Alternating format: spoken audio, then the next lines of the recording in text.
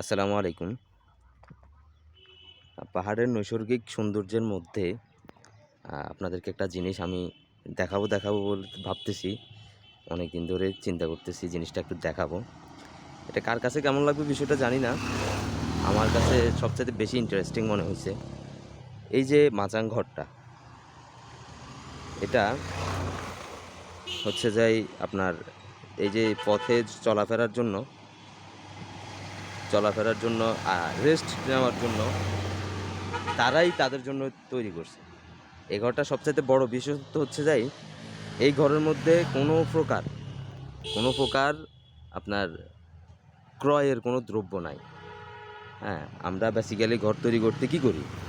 রশি থেকে শুরু করে আপনার ফ্রাগ ইত্যাদি অনেক ইনস্ট্রুমেন্ট আমরা ইউজ করি, কিন্তু এই ঘরটা সম্পূর্ণ প্রাকৃতিক ম্যাটেরিয়ালসে তৈরি।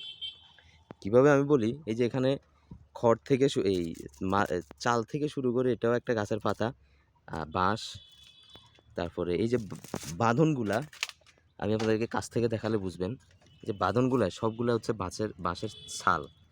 এখানে কোনো প্রকার রশি ইউজ করা হয় নাই, কোনো প্রকার কাঠমিস্ত্রি ইউজ করা হয় নাই, কোনো প্রকার আপনার কিছুই হয় নাই। সবগুলো সম্পূর্ণ ম্যাটেরিয়ালস হচ্ছে প্রাকৃতিক এবং এত স্ট্যান্ডার্ডভাবে এই ঘরটা তারা তৈরি করছে। এখানে আপনার কমপক্ষে 20 থেকে 30 জন উঠলেও আমার মনে হয় না কিছু হবে, এত স্ট্যান্ডার্ড হয়েছে। এটা না লড়ে না চড়ে, সবচেয়ে বেশি স্ট্যান্ডার্ড হয়েছে শুধু এই বাঁশের আর এই খড়ের এই বিষয়টা দিয়ে। তারা এই ঘরটা করার মূল কারণ হচ্ছে এই যে আপনারা এই কলসি 3টা দেখতে পাচ্ছেন, এই কলসিগুলোতে কিন্তু ঝিরির ফানি আছে। হ্যাঁ, এই কলসিগুলোতে আমি যদি দেখাই, ঝিরির ফানি আছে। এটা অরিজিনাল ঝিরির ফানি, এটা কোনো টিউবওয়েলের ফানি না বা অন্য কিছু না, এটা ঝিরির ফানি।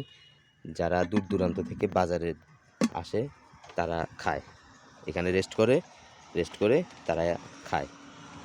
এই যে আপনাদেরকে আমি দেখাইলে বুঝতে পারবেন, এখানে একটা লোক যাচ্ছে, এই ধরেন উনি পথিক অবস্থায় থাকার সময় ওনার একটু ক্লান্ত লাগছে, উনি এখানে আসি রেস্ট করতেছে আর পান করতেছে। এই যে প্রকৃতিক যে ভিউটা, এটা একটা লেক, পাহাড়ের মধ্যে একটা লেক। এটাও আল্লাহর একটা রহমত, কারণ এত উপরে এত বড় লেক। আর এই লেকটার বিশেষত্ব হচ্ছে এই লেকটা হচ্ছে আপনার আমাদের গ্রাম অঞ্চলে পুকুর যেরকম আমরা নিড়ানি দিই, এটা নিড়ানি দেওয়া যায় না। এখানে পানি এরকমই থাকে, বর্ষাকাল থেকে শুরু করে গরমকাল যাই করেন এখানে এরকমই থাকে। তো আসলে এই কারণে আমার পাহাড় ভাল লাগে, পাহাড়ি মানুষ ভাল লাগে। আমি এই কারণে পাহাড় আসলে ভালোবাসি। হ্যাঁ, আমার সবচাইতে বেশি আমার খুব ভালো লাগছে এই বিষয়টা, যে একটা প্রকার রশি পর্যন্ত তারা ইউজ করে নাই। সম্পূর্ণ ঘর এত স্ট্যান্ডার্ডভাবে, এত বড় একটা ঘর তারা সম্পূর্ণভাবে আপনার এই প্রাকৃতিক ম্যাটেরিয়ালসে তৈরি করা। হ্যাঁ, এবং রাস্তার পাশে তো অনেক যাত্রী ছাউনির মতো অনেক সুন্দর। হ্যাঁ, আসলে পাহাড়ে সন্ত্রাসী গোষ্ঠী ছাড়া সবাই ভালো এবং ভালো মন মানসিকতার মানুষ। খারাপ তো খারাপই, বাট এই কারণে তাদের এই মন মানসিকতার কারণেই আমার পাহাড় ভালো লাগে।